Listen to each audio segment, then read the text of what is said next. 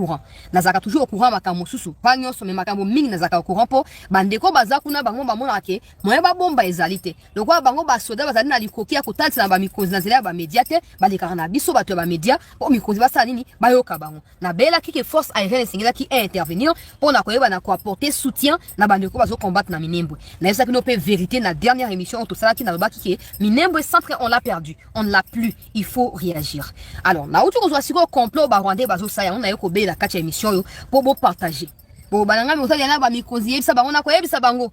Ngana yesa mo na ngeza moko. Mais sori ba yo ki na mnoko na yo. Na mnoko ndeko musukuna, na ndeko musukuna ba komona ke to accabler bango na même revendication. Ba kozana choix te ke ba exécuter kaka volonté ya peuple congolais. Bande na suba kufa na Minembwe eza ba civil eza ba militaire nazo ba ka kolobela ngo pona lina na pensa susu moto kolikate ministre de défense zwa ba responsabilité na yo chef ya aviation militaire donc ya ba opération aérienne zwa ba responsabilité na yo ngana yebite pourquoi ofanda na Kinshasa net to chef état major aérien ofanda na Kinshasa pour ça ni na Kinshasa hein osa ni na Kinshasa ozomon.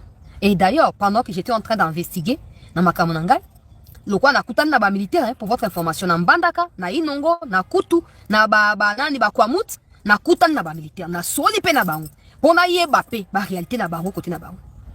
Certains m'ont fait savoir que ba musu ba pesinga ba document tala loi portant statut et organisation militaire yango keno tanga loi o pour comprendre pourquoi armée ça ka ba repli. Pourquoi ba autorité wana yo ka ya aviation bazo ba kaka il faut ko replier avion ko ya te bonabwe okotanga comprendre que même na makambo bino bozo ba kuna na ndenge na bino ba politicien kuna ke o ba changer constitution makambo ba mandat biso ba militaire to yebike so ba changer constitution ba ko yeba pe na ko renforcer la loi militaire parce que loi nezali na inefficace jusqu'à preuve du contraire. Mais wana za contexte autorité na ko c'est la émission mobimba au moins émission na saki na moni ba te belé ba landi ba te belé ba partager on a découvert qu'il y a superficie en boka quand la constitution est égalité. Donc en réalité article 217 est au tek en mboka. Pour toi légalement toi on a possession en boka au tolo baka 1 2 3 millions tout ça dans un voté. Même dossier dans un autre côté à armée. Ndenge ni constitution ils ont paralysé fonctionnement et armée. Je ne dis pas que si on perd des villes ou des localités c'est à cause de la constitution, non. Mais je dis que légalement les lois militaires ne sont pas aussi efficaces que ça. Et même dans la constitution il y a à peine peu de lois qui parlent de la défense de la souveraineté nationale. Mais ces lois-là, où la constitution, elles sont incompatibles. Na ba code militaire, na ba loi ya bango, ba militaire, le quoi, ba loi, donc organique na bango. Ba loi spécifique na bango. Na koye la une mission, na yebi ke boza belé beaucoup partagé. Bon, moi, il y a 2 jours, Kaniki, c'est un citoyen rwandais qui vit aux États-Unis comme rwandais. Mais qui est venu, na bonyama na bango ya ba rwandais na kati ya Goma. Na ça d'ailleurs bande kunanga ya États-Unis basa la nyonso pour battre dans l'état américain et Kaniki c'est un terroriste que c'est un criminel eux sengeli ba retirer les nationalité américaine bande ya États-Unis ba ça que non ba entreprendre ba démarche parce que ce n'est pas facile. Kaniki fait partie à bateau bazoko ba congolais bazoko démarcher pour basa nini pour bazwa retrait à ba nationalité américaine na mitu na bangwana. Mais les cas qui vont être Kaniki akendaki na Minembwe. Akendaki na Minembwe pour na hebsa kibino na ba émission. Ministre de la Défense, bossa au bossa c'est votre responsabilité. Mais c'est triste. Pour gars on a compris la terre, bino boser à tober la bongo bossa là. Et des fois même quand on crie, vous cherchez à nous faire taire, que de réagir sur terre. C'est honteux hein. Na bando bela likama Minembwe lelote. Mois de juin mobimba. Na beli kaka. Tozu Minembwe centre. Il faut beaucoup de renfort, il faut tout ratisser, il faut tout contrôler, il faut tout aplanir. Jusqu'à ce qu'on a perdu Minembwe. On était sur le point de perdre même Mikenge 0.0. Maintenant, Kolobate soutient Utakiwapi pour tout maintenir présence na biso na Mikenge na 0.0. Donc vous devez déjà savoir que toutes les rumeurs qui circulent là, au Mikenge koi, au 0.0 c'est faux. Même si Ezaka na assez attaque, donc Ezaka na assez à danger. Pour Banguna balingi absolument à cause des territoires ya Baraka Fizi mobimba. D'ailleurs, certains chefs coutumiers à Baraka Fizi m'ont contacté. Ils m'ont dit, chancelier, appelle son numéro à chef de l'État pour tout dénoncer Bissomoko. Même si que moi, je n'ai pas le numéro du chef de l'État. Et même si je l'avais, ça ne se passe pas comme ça. Dites-moi ce qui se passe. Voici ce qu'ils m'ont dit. Natanga, pour le bâtir qui a chancelier, va commentaire et l'équipe Natanga. na sengi tout liker tout partager na yebi keloko bolu kilanga nde yangwana bolu kate po boye baso na zabie po bato bazana na Twitter na Facebook ba yebi ke na zabien pour kuna na postaka parce que kuna que je sois en province ou pas je suis quand même en mesure de poster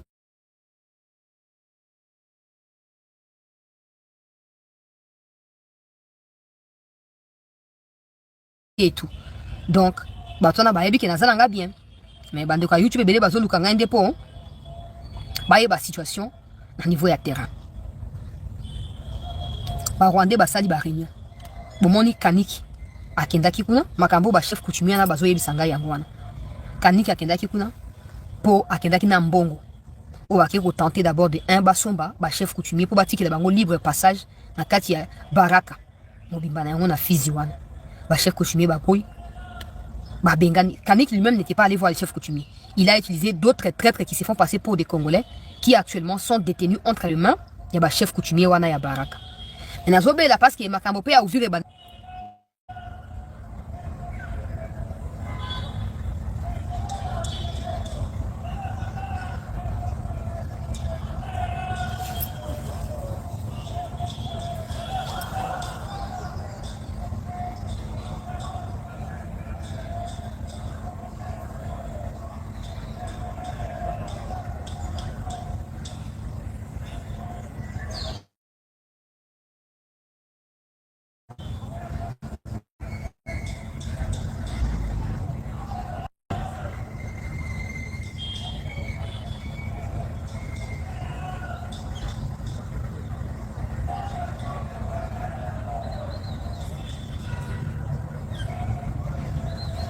Bon, j'espère maintenant que ça va aller. Je suis en train de voir. Bon, j'espère maintenant que ça va aller. Ministre a connexion au Combo Nina. Ministre il y a poste et télécommunication. Combo Nina. Ministre, déjà si c'est émission, bon, on a eu là. J'ai mis renseigné sur eux très bien. Bon, me semble qu'on a vu sur les abîmes. J'ai si c'est émission, bon, on a eu là, bien. Continue à battre. On a vu que des intervalles au Burkina Faso benga continue mututé nazo yela yo te maliba za économie numérique maliba ba changer place wana akoma côté économie numérique ministre ya télécommunication nazo yela yo d'un moment à un autre. Alors je disais que ba Rwandais basali kita Kaniki akendaki na mbongo pour corrompre ba chef coutumier wana Kaniki à l'équipe par bateau. Je précise que Kaniki c'est un Rwandais. Aza siko a vivre na Goma entre Goma et États-Unis.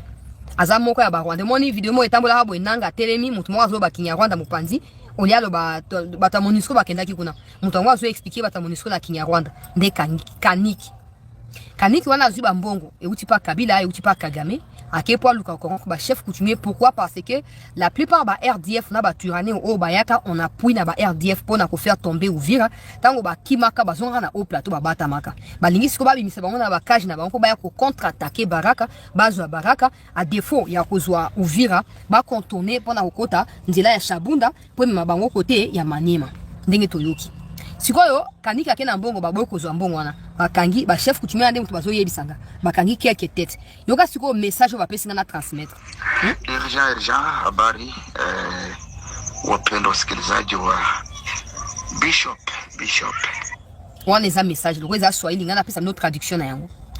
Donc a ozomona bazo bananga ke non Kaniki a réuni à Minembwe les Twirwanéo Red Tabara qui sont tous des Rwandais na bande na bango bambengaka ba Congolais boye bango malamu basangani basali réunion il y a plus de 5 heures de temps.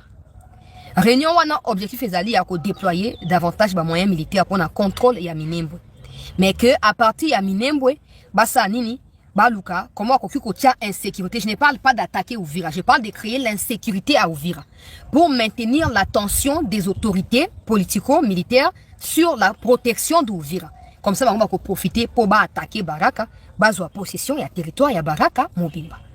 Faut pas oublier que Baraka na Uvira eza quoi zolo na ba lèvre boy. Eza mosikate. Eza presque sikamoko. Donc balingi ba créer situation moko ya insécurité urbaine na kati ya Uvira pour permettre bango basani ba se déployer davantage na kati ya Baraka na mobimba na yango. Ba village o bazoko ciblé ezali Bikoboko, voilà. Bikoboko oyo balingi absolument kozwa contrôle na yango d'ici avant le 15 juillet. Bikoboko wana ezali moko ya ba village oyo ba Congorin bazali ebele. Ngala sina yebisa binoke minembo ezali lokola Rubaya mais côté à sud Kivu sikoyo.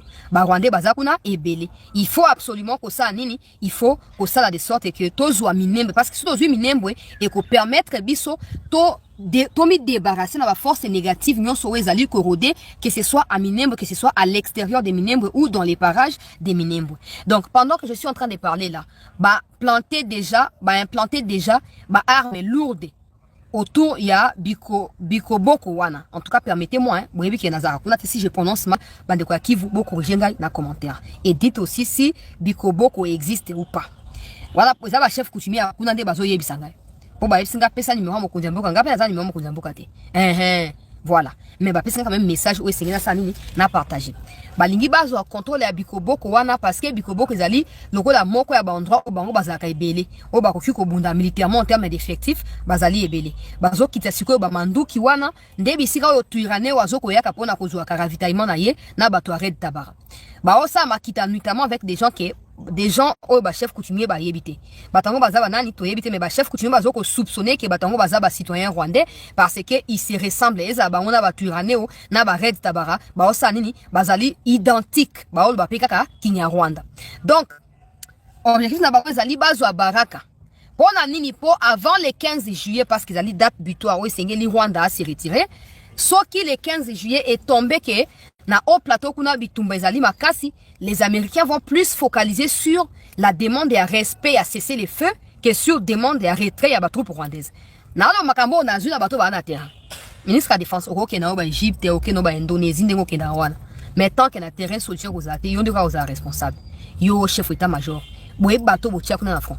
Boye pe pour bato force aérienne pourquoi botinda bango ba kende renfort. Bino monde boyebi makambo sala ngana za kuna na ba o bato terrain ba zoyebi sanga. Boyebi o bo sala. Na ma explication ça farfeli bo pesa la chasa bino moka boyebi. Bino moka nde boyebi. To ba ona mnokamboka nini? Na bando be la likambo avant que bazwa Minembwe. Na bando be la avant. Na koma so o zaki bo soke na o doser ta attention matin na sa su bongote.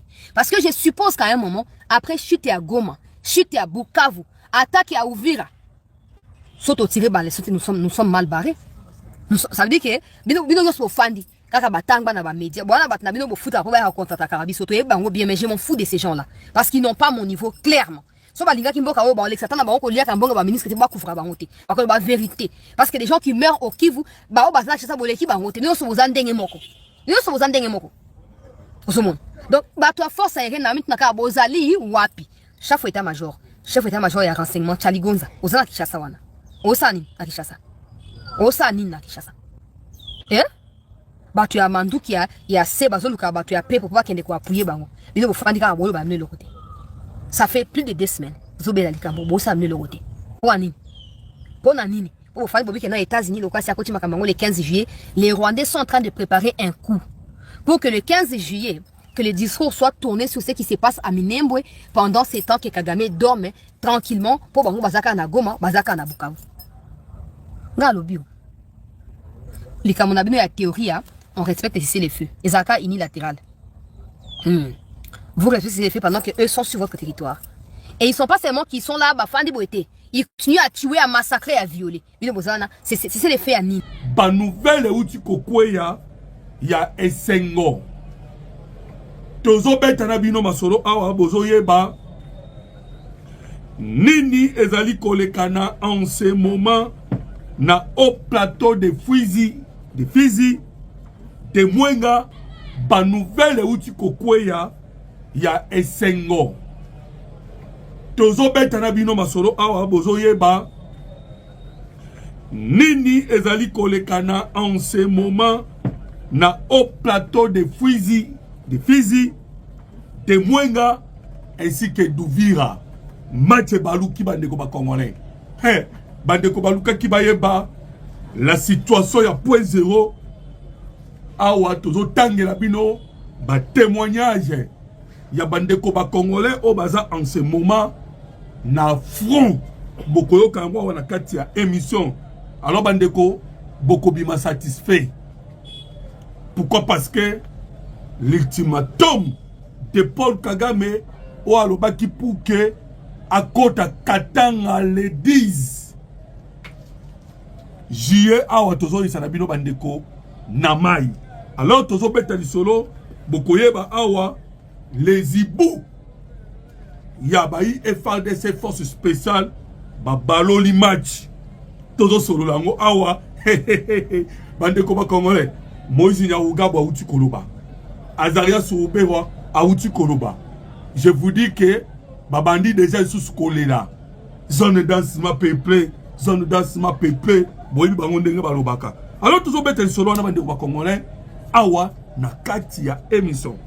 Tozo solo la makambo elekana kilobi na Burundi. Evariste Ndayishimiye a dépiécé. Bandeko ba Congolais, Evariste Ndayishimiye a dépiécé les lignes rouges. Oyo, opposition à Tchaki. Nakobima na bango, mutu na mutu, azui langage na ye. Fayulu, abimina langage na ye. Jama Kaboun, abimina langage na ye. Sesanga, abimina langage na ye. Et baeba siliki koleka, ezali basango ya SSC 5 et il va s'exprimer na munoko ya frigolin ambongo. Bandeko ba Congolais ambongo aleli na kisango eza munoko de makana Centrafrique. Tozo beta masolo bandeko bokoyoka maloba ya ambongo ndenge aleli sur l'échec ya plan na bango o bakendaki nango na niveau ya Burundi.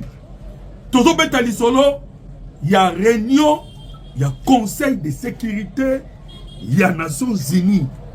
Place nini le président Tshisekedi a quelque participer et a co-présider.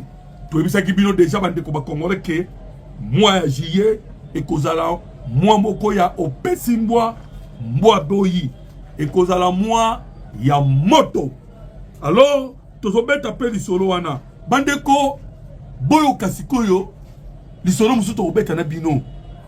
Lisolo wana eza lisolo ya somo. Bandeko, je vous dis que ngonga ya Afrique koki. Nazote la bino vidéo. Boyo kabino moko vidéo. Botala, Emmanuel Macron a craché sur l'Afrique. Macron a menacé Afrique Mobimba. Bandeko, nako tela bino vidéo ya Emmanuel Macron. Bokoyoka ndenge a menacé Afrique Mobimba.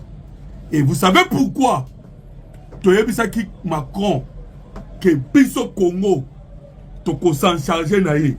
Ba Mali, ba Burkina Faso, ba Niger, eza ba mboka ya muke. Ah, déjà République démocratique du Congo simi Macron bandeko somo mingi. Boyebi bien que awa nga na sala ka ba GT. Na ya kapona makambo tali Congo. Donc na tela bino vidéo ya Macron na ba rebelle. Bo mona yango. Na lakisa bino photo ya ba mercenaires français otokangi. Alors lelo nazo tela bino pe vidéo comme ça okomona na misu na yo moko nini vidéo yane ezali ya nini. Alors bandeko toko répondre en 5 points na situation ya Nord et Sud Kivu. Et puis toko ya kosukisa na ba retombées concret ya mokonzi mboka Félix Antoine Tshisekedi Tshilombo aux États-Unis d'Amérique. Avantage yango ezani pour la République démocratique du Congo. Matondo mingi na bino bandeko awa toyebisaka na bino ke soko ekolanda émission na biso benga papa benga mama benga bana bavanda na kiti poto solo la makambu ya mboka Congo. Tozo senga au koti au aimer au koti au partager. Pourquoi tango aimer mbalmo YouTube atinde un peu congolais mususu. Tango partager mbalmo congolais mususu peso ba situation ezo le kana ezanine. Tokoti ba mona mama makambo bandeko. Qu'est-ce qui s'est passé na Bujumbura? Après rencontre ya Évariste Ndayishimiye, bande koba congolais, bayi sauvo le Congo baleli, José Makila, aleli, Frank Djongo, aleli, Passa Saïba, aleli, bande kobo kananu kolela na bango, et après sikoyo, to ebisabino, makambo eleki na Bujumbura eza nini, oyo, babimi lo kwa tour de Babel, awa tozo ebisabino, bakotisi réunion, pour que baluka ndenge nini bakoki kozwa liloba moko parce que diversion ekoti fayu la lobby bon matabo kita ngai fayu na yebisi bino ke le mouvement M23 ezali réunion pour que baluka ndenge nini bakoki kozwa liloba moko parce que diversion tango partager Mbalamo congolais musupa zoeba situation ezo le kana ezanine. Tokoti bamona mama makambo bandeko. Qu'est-ce qui s'est passé à Bujumbura? Après rencontre ya Évariste Ndayishimiye, bandeko ba congolais bayi sauvo le Congo baleli, José Makila, aleli, Frank Djongo, aleli, Passa Saïba, aleli. Bandeko boyo kananu kolela na bango et après sikoyo to ebisabino makambo eleki na Bujumbura eza nini oyo babimi lo kwa tour de Babel awa tozo ebisabino bakotisi réunion pour que baluka ndenge nini bakoki kozwa liloba moko parce que diversion ekoti fayu la lobby po matabo kita ngai fayu na yebisi bino ke le mouvement M23 ezali rébellion. Jama Kaboun abi sotobi que mouvement M23 en rébellion toujours peut satisfaire des avantages. Mouvement M23 est en opposition armée. C'est ça qu'on appelle lobby mouvement M23 opposition armée. Bande koba congolais babimi ya kopanzana. Alors boy kasikoyo Passa Saïba au Afrovo le Congo en regret. Mais bande ko ce que nous avons constaté kuna na niveau ya Bujumbura na Burundi ezande vraiment au pesimbo mwa boyi bande ko congolais boyo kananu le général Neva reçoit les opposants à tour de rôle boki makambu général Neva sali ayambi bango à tour de rôle na 10h30 ayamba Kijama Kabunda. Quand Jama Kabunda Koti a présenté OAE dossier. Na dossier, Jama Kabunda a présenté. Jama Kabunda a dit non. Démission. Il y a Félix Tshisekedi. Transition. Il y a 2 ans avec Senko. Et c'est Jama Kabunda a signé le retour de Joseph Kabila, de Nanga et les élections. Kabunda Kabundu. Atanga Tali Kambuya. Oh, les guerres imposées par le Rwanda. Oh boy. Et l'autre côté. C'est ça qu'on appelle à son tour. Tant que c'est ça qu'on appelle ailleurs. Il n'y a pas l'obika ndenge moko. Démission à Tshisekedi. Transition il y a 2 ans. Avec la Senko. Pour côté sa transition. Dialogue dirigé par Senko pour la transition à 2 ans. Sans Tshisekedi. Et ainsi de suite. Bande koba congolais, wana bozolanda, ezali makanisamo me makepa et Paris la chimie. Alors aboko yo kasikoyo, la réponse ya Évariste Ndayishimiye. Alors boyo kalisusu. Awa 3 déclarations contradictoires ya ba membre ya C64. Boyoka. Frank Djongo alobi boy. L'AFC M23 n'est pas une rébellion.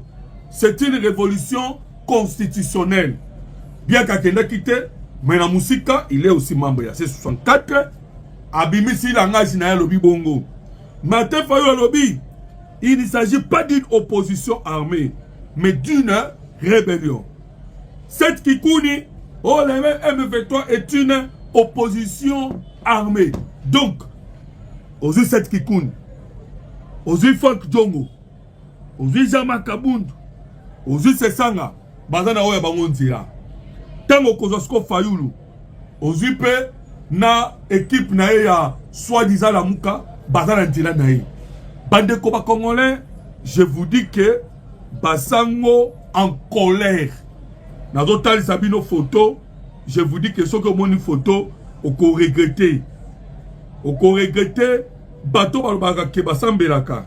En tout cas esali biso passe mingi naza na kati ya koluka photo wana na kotangela binongo bokoyoka bokomona ke basango en colère contre nani, contre Évariste Ndayishimiye. Pourquoi? Parce que Évariste Ndayishimiye makambo asali et c'est ici bangote. Donc okomona na image yomoko zomona que ça ne va pas. Boyo kasikoyo ba ikabila ndenge balobi. On avance bandeko. Bomona ko betre bino ndenge match baluki wapi na Est République démocratique du Congo. Match baluki na point zéro. Les Ibous ont surpris l'armée rwandaise. Kaka ndenge bolelaki nazo betre bino lisolo na ngo. Mais boyo kananu pito pale o ekoti na Bujumbura. Ba communicateur ya ba M23 balobi Tshisekedi les a dribblés. Balinga te Tshisekedi akobimisaka au changer constitution. A dribblé bango. Boyo kabandeko ba congolais. Babandi na lukuta wo José Makila mutazoloba alobi boye. La famille politique du président Honoré Joseph Kabila a bel et bien reçu l'invitation émanant du cabinet du président Évariste Ndayishimiye. Le Vonu, le Kouta, Babengaki Kabila te. Après une analyse attentive de cette démarche, elle a estimé en raison de certaines incohérences qu'il n'était ni opportun ni judiciaire d'y donner suite. En revanche, je considère qu'il serait irresponsable de porter un jugement par patata. Mais boyoka, makanisa bango. Balobi, restons autour des mêmes idéaux, des mêmes objectifs. C'est de barrer la route à toutes les dérives autoritaires, œuvrant ensemble à l'avènement d'une véritable alternance en République démocratique du Congo. En revanche, je considère qu'il serait, boyoka, le combat que nous menons ensemble pour mettre fin à la dictature et la tyrannie de M. Tshilombo exige la mobilisation. Et nous constatons que Évariste Ndayishimiye est complice de Tshisekedi. Il fait partie de la crise. Wana malobaya, Bayi, sauvons le Congo, Bata Kabila. Évariste Ndayishimiye, il fait partie de crise. Alors, bande de Congolais, Boyo Kasikoyo, je vais vous expliquer pour vous comprendre au juste mboka eza wapi to wuti wapi to za wapi to zo kende wapi. Awa to zo loba Tshisekedi a réussi ko démanteler la date il y a le 8 juillet 2026 avec ce plan ezalaki batiaki bombe oyo batiaki ezalaki na objectif et bêta de sorte que Tshisekedi a kouya. C'était même une tentative de coup d'État. Alors, na kata tentative à coup d'État, on a préparé et zalaki na devoir ya mokoza mboka Félix Antoine Tshisekedi Tshilombo de protéger les opposants. Pambate bakosimbisa ye touche ndenge basimbisa qui est touche na ba élection 2023 lorsque Chéribert Okende a Koufaki. Voilà pourquoi le président Tshisekedi a bengisaki Évariste Ndayishimiye a talisi carte mobimba. Pourquoi? Ce qui a bengisaki ba opposant baya ko participer bayoka. Bayoka bangomoko le plan de l'Occident, de la France, on a préparé le chaos. Pourquoi? Parce que Paul Kagame est en difficulté na niveau wapi, na niveau ya la République démocratique du Congo. Alors bandeko, debo mona ki le président Tshisekedi a bengi sake Évariste Ndayishimiye atali sabi benga bana mayana ebisa bango ke balingi balia moko na bango. Et la personne banda ki balia c'est Martin Fayoulou. Pourquoi? Martin Fayoulou a dans la position T. Moko Azanaba. Sango, parce que Basango c'est dernièrement Awa. Bazaki en colère contre Martin Fayoulou. Bayebissiye, on sent chez toi la traîtrise. Parce que on a un discours de mon côté. Alors, le discours, on va faire gober na Fayoulou les anines. Basa la bloc. Et bloc wana, et qu'on compte ça M23, et qu'on compte ça Kabila, et qu'on compte ça Batutu. Alors, pour na Fayoulou, lui n'accepte pas surtout, et que Asangana ba M23. Et bah, Nakineskoyo, na kata manifestation, préparer un assassin. À quoi ça? Voilà pourquoi le président Tshisekedi a yebisi Ndaïsimi yebisa bango. Alors tant que bakomi est pas Évariste Ndaïsimi, sage qu'il est, connaissant par les informations, Kouta n'a pas service de renseignement, il y a américain, il y a Israël, ainsi que y a Moussad, bande de combat congolais, KGB et Moussad, bande de combat congolais. Évariste Ndaïsimi a siminde ba document azotal sabango moko alobi yo lunga kokufa tala plan eza boy est-ce que bozana Congo to bwana Congo te ayebisi Jean Kaboun au lieu de faire un bloc commun contre l'agression rwandaise, contre Paul Kagame qui a tué pendant des années na Est la République démocratique du Congo. Puis nous vous préférez bon pèse à bango sous ma béquille. Vous voulez rendre encore Paul Kagame fort alors que Paul Kagame a dans souka.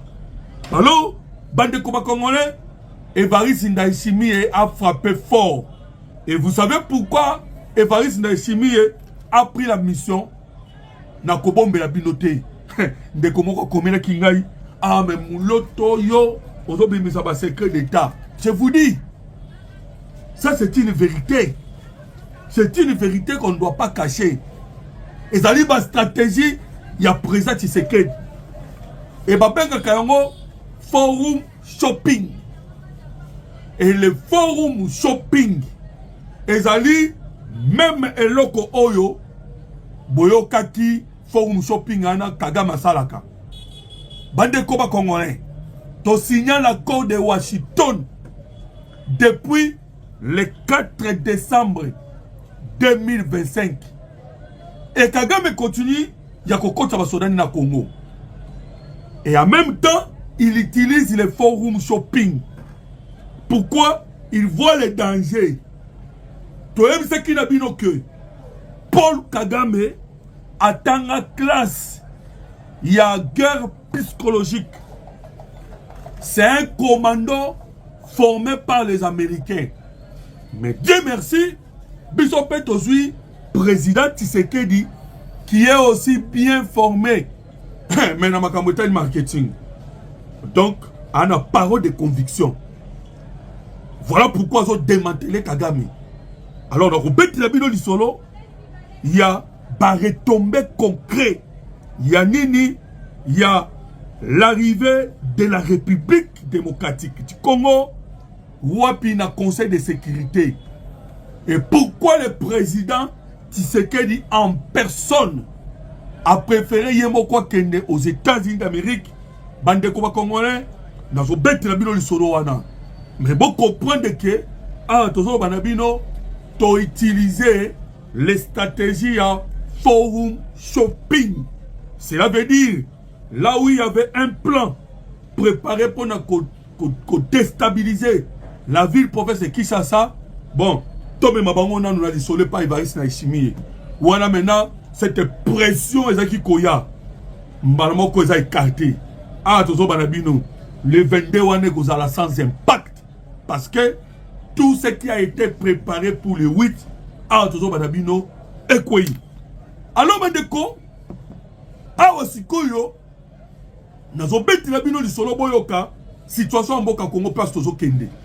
Même ce qui bino que le 8, ezaki plan ya kobomo posa moko. Tshisekedi azala noisi.